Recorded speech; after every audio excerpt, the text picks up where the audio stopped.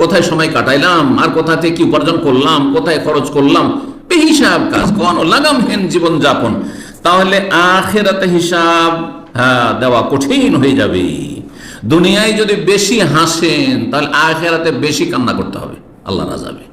আর দুনিয়াতে যদি কাঁদতে পারেন আপনি রবের ভয়ে, দুনিয়ার হাই হুতাশের নয় আর আক্ষেপে নয়, রবের ভয়ে যদি দুনিয়ায় কান্না করতে পারেন তো বারবার কান্না করতে হবে না, আখিরাতে কান্না করতে হবে না। রব্বুল আলামিন এই জন্য কোরআনে কারীমে ইরশাদ করে সূরা তাওবার 82-তে, ফালিয়াযহাকু কালিলা ওয়ালিয়াবকু কাসীরা, তাদের জন্য উচিত তারা যেন অল্পই হাসে দুনিয়াতে। হাসির বিষয় আসলেও হাসবেন না, বড়ই খুশি টাকা পয়সা পেয়েছেন, বড়ই খুশি সুখ শান্তি, পারিবারিক সুখ শান্তি, বড়ই খুশি দুনিয়ার উন্নতি, না তারপর কম হাসেন, আনন্দ ফুর্তি কম করেন। ওয়ালিয়াবকু কাসীরা, বেশি বেশি যেন কান্না করেন।